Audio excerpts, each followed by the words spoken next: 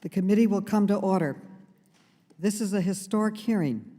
For the first time, top fossil fuel executives are testifying together before Congress under oath about the industry's role in causing climate change and their efforts to cover it up. For far too long, big oil has escaped accountability for its central role in bringing our planet to the brink of a climate catastrophe. That ends today. Big oil has known the truth about climate change for decades.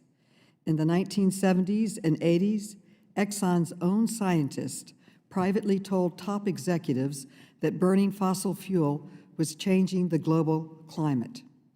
Exxon and other big oil companies had the opportunity to tell the truth and lead the way to find alternative energy sources. But instead, big oil doubled down on fossil fuels. Working with the American Petroleum Institute and the Chamber of Commerce and other front groups and PR firms, the industry ran a coordinated campaign to mislead the public, hide the dangers of its own product, and derail global efforts to reduce greenhouse emissions. At the same time, they were lining their own pockets.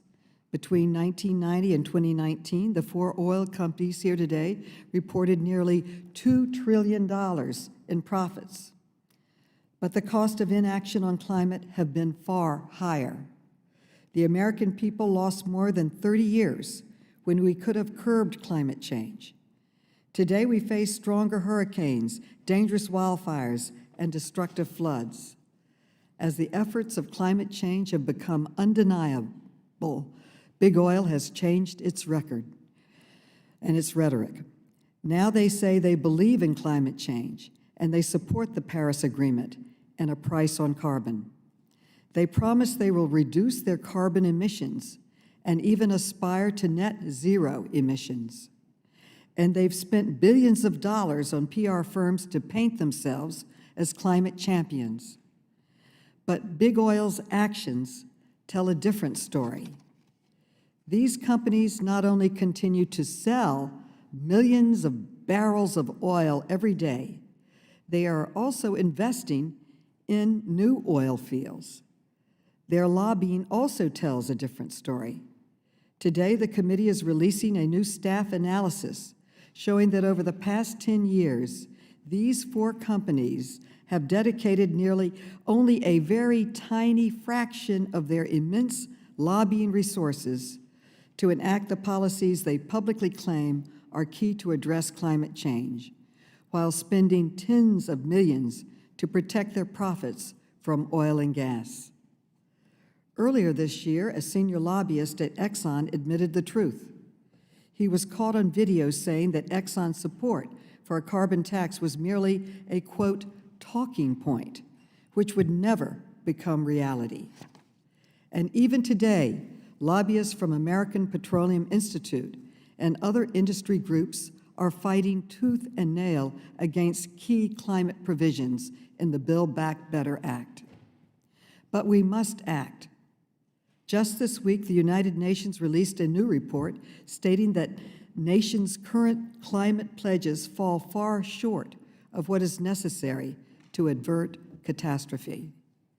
These experts agree that we will still have a narrow and fast disappearing window to prevent the worst outcomes from climate change. To do that, we need to immediately cut fossil fuel emissions by 3 to 4% each year and rapidly transition to net zero carbon emissions. 27 years ago, 7 tobacco executives appeared in this room before Congress. Rather than admitting the truth about their product, the executives lied. This was a watershed moment in the public's understanding of big tobacco. I hope that today's hearing represents a turning point for big oil. I hope that today the witnesses will finally own up to the industry's central role in this crisis and become part of the change we need. That also means cooperating with this committee's investigation. We asked each of these companies for documents 6 weeks ago, but they have not come close to producing the key internal documents about climate change and the money trail we asked for. So let me be clear. We are at the beginning of this investigation. I assure you we will not stop until we get to the truth, and if we need to call the CEOs back to testify again, we will. After 4 decades of deception and delay, it is time for the fossil fuel industry to finally change its ways.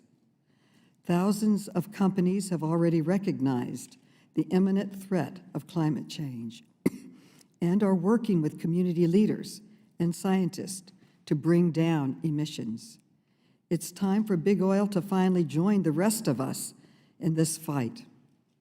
We can prevent a climate disaster while keeping energy costs low and creating good-paying jobs, but only if big oil acknowledges its central role in this crisis and commits to meaningful and immediate action. I now recognize the distinguished ranking member, Mr. Comer, for an opening statement.